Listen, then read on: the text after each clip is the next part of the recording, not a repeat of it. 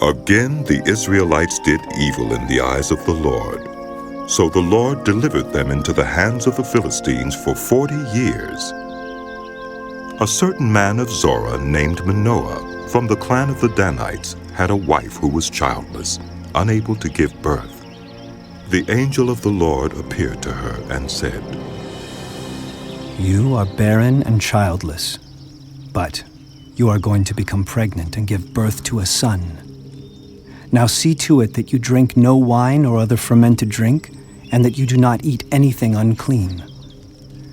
You will become pregnant and have a son whose head is never to be touched by a razor, because the boy is to be a Nazirite, dedicated to God from the womb. He will take the lead in delivering Israel from the hands of the Philistines." Then the woman went to her husband and told him, "A man of God came to me. He looked like an angel of God, very awesome. I didn't ask him where he came from, and he didn't tell me his name. But he said to me, 'You will become pregnant and have a son. Now then, drink no wine or other fermented drink, and do not eat anything unclean, because the boy will be a Nazirite of God from the womb until the day of his death.'" Then Manoah prayed to the Lord, "Pardon your servant, Lord. I beg you to let the man of God you sent to us come again to teach us how to bring up the boy who is to be born." God heard Manoah, and the angel of God came again to the woman while she was out in the field. But her husband Manoah was not with her. The woman hurried to tell her husband, "My husband, he's here, the man who appeared to me the other day." Manoah got up and followed his wife. When he came to the man, he said, "Are you the man who talked to my wife?" "I am," he said. So Manoah asked him, "When your words are fulfilled, what is to be the rule that governs the boy's life and work?" The angel of the Lord answered, "Your wife must do all that I have told her.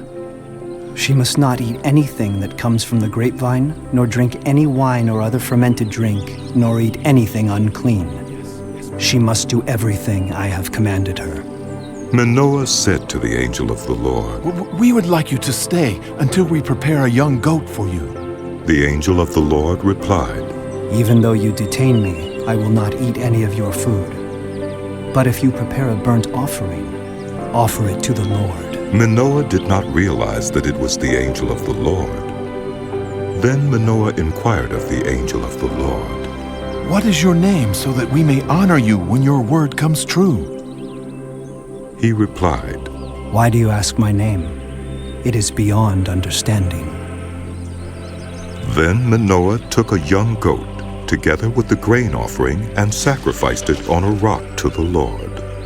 And the Lord did an amazing thing while Manoah and his wife watched.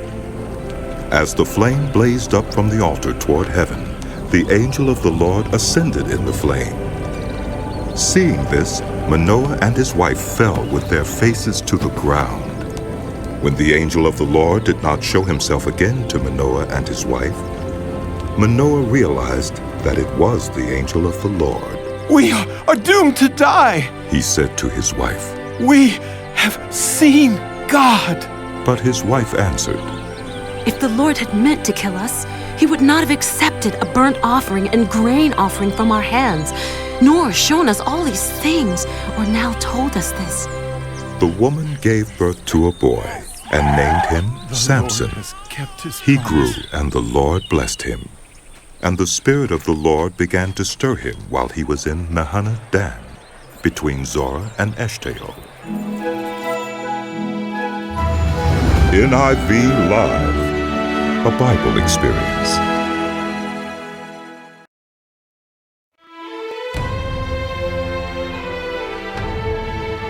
The book of Judges continued. Samson went down to Timnah and saw there a young Philistine woman. When he returned, he said to his father and mother, "I have seen a Philistine woman in Timnah.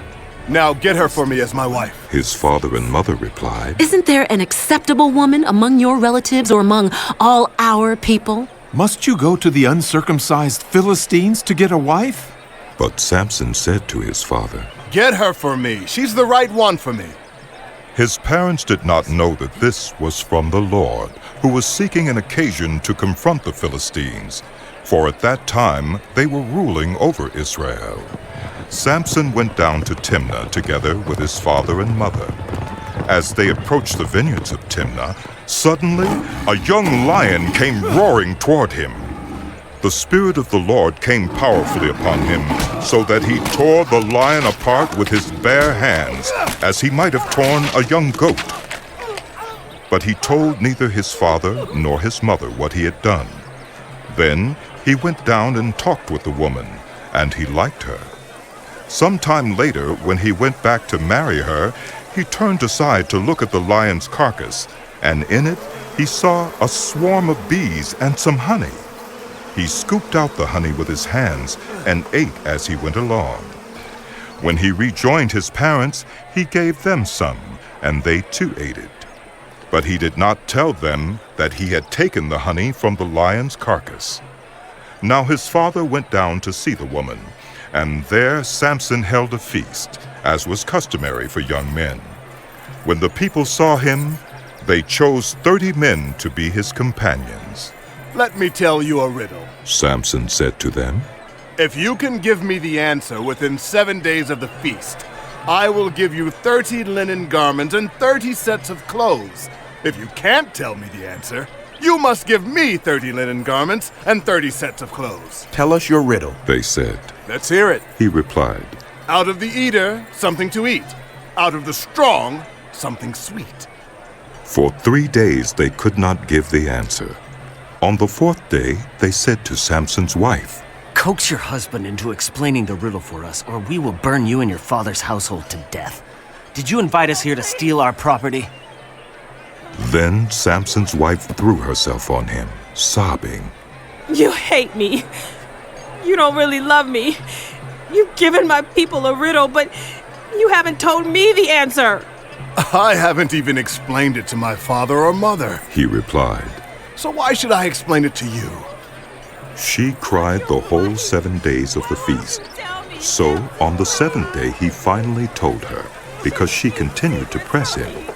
She in turn explained the riddle to her people. Before sunset on the 7th day, the men of the town said to him, What is sweeter than honey?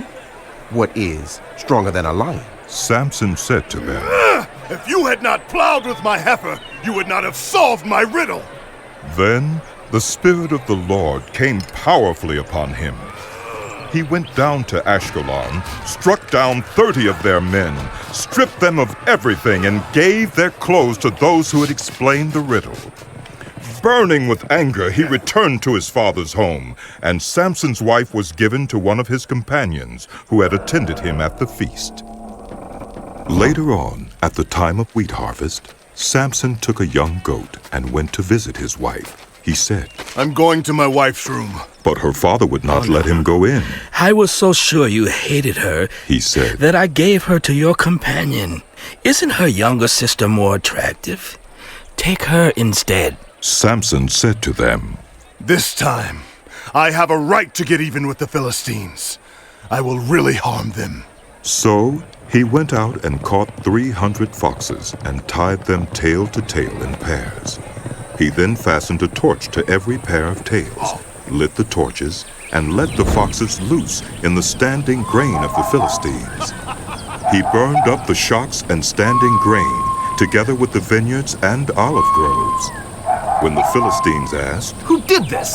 they were told, Samson, the Timnite's son-in-law, because his wife was given to his companion. So the Philistines went up and burned her and her father to death. Samson said to them, Since you've acted like this, I swear that I won't stop until I get my revenge on you. He attacked them viciously and slaughtered many of them. Then he went down and stayed in a cave in the rock of Etam. The Philistines went up and camped in Judah, spreading out near Lehi. The people of Judah asked, Why have you come to fight us? We have come to take Samson prisoner, they answered, to do to him as he did to us. Then 3,000 men from Judah went down to the cave in the rock of Etam and said to Samson, Don't you realize that the Philistines are rulers over us? What have you done to us? He answered, I merely did to them what they did to me. They said to him, We've come to tie you up and hand you over to the Philistines. Samson said, Swear to me that you won't kill me yourselves. Agreed. They answered, We will only tie you up and hand you over to them. We will not kill you. So they bound him with 2 new ropes and led him up from the rock. As he approached Lehi, the Philistines came toward him shouting. The Spirit of the Lord came powerfully upon him. The ropes on his arms became like charred flax, and the bindings dropped from his hands. Finding a fresh jawbone of a donkey, he grabbed it and struck down 1,000 men. Then Samson said, With the donkey's jawbone, I have made donkeys of them. With the donkey's jawbone, I have killed 1,000 men. When he finished speaking, he threw away the jawbone, and the place was called Ramath Lehi. Because he was very thirsty, he cried out to the Lord, You have given your servant this great victory. Must I now die of thirst and fall into the hands of the uncircumcised? Then God opened up the hollow place in Lehi, and water came out of it. When Samson drank, his strength returned, and he revived. So the spring was called En-Hakkore, and it is still there in Lehi. Samson led Israel for 20 years in the days of the Philistines. One day Samson went to Gaza, where he saw a prostitute. He went in to spend the night. The people of Gaza were told, Samson is here. So they surrounded the place and lay in wait for him all night at the city gate. They made no move during the night, saying, At dawn we'll kill him. But Samson lay there only until the middle of the night. Then he got up and took hold of the doors of the city gate, together with the 2 posts, and tore them loose, bar and all. He lifted them to his shoulders and carried them to the top of the hill that faces Hebron. Sometime later, he fell in love with a woman in the valley of Sorek, whose name was Delilah. The rulers of the Philistines went to her and said, See if you can lure him into showing you the secret of his great strength, and how we can overpower him so we may tie him up and subdue him.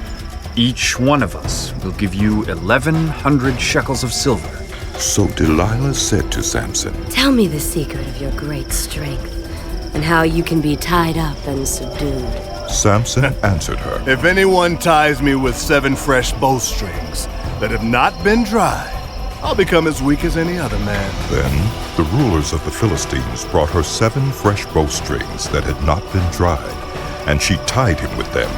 With men hidden in the room, she called to him, Samson, the Philistines are upon you. But he snapped the bowstrings as easily as a piece of string snaps when it comes close to a flame.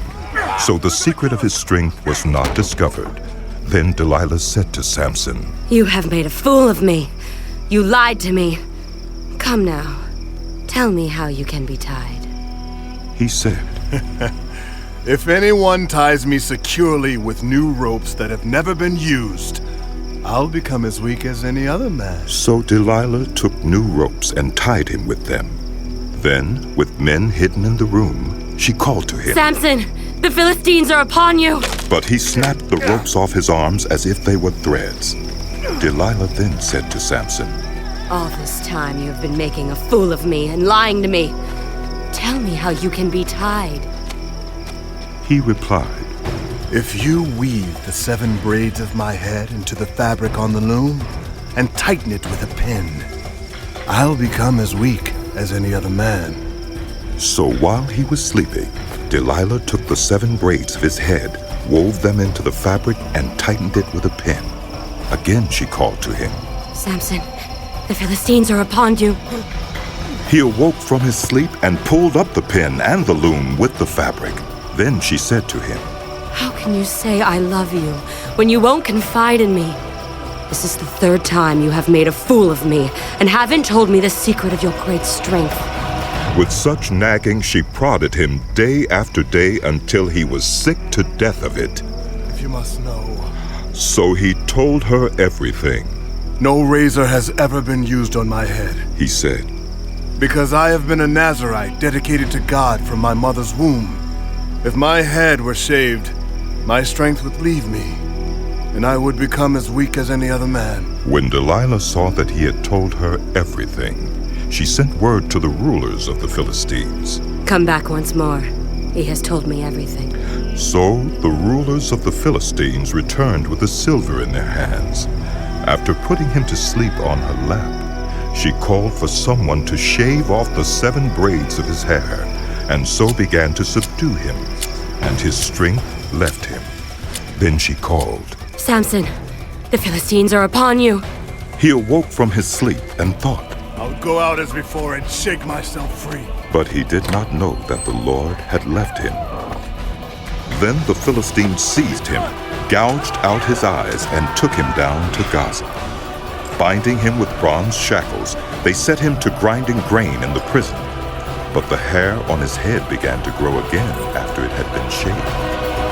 Now the rulers of the Philistines assembled to offer a great sacrifice to Dagon, their god, and to celebrate, saying, Our God has delivered Samson, our enemy, into our hands. When the people saw him, they praised their God, saying, Our God has delivered our enemy into our hands, the one who laid waste our land and multiplied our slain. While they were in high spirits, they shouted, Bring out Samson to entertain us! So they called Samson out of the prison, and he performed for them. When they stood him among the pillars, Samson said to the servant who held his hand, Put me where I can feel the pillars that support the temple, so that I may lean against them. Now the temple was crowded with men and women. All the rulers of the Philistines were there, and on the roof were about 3,000 men and women watching Samson perform. Then Samson prayed to the Lord. Sovereign Lord, remember me. Please, God, strengthen me just once more, and let me with one blow get revenge on the Philistines for my 2 eyes. Then Samson reached toward the 2 central pillars on which the temple stood.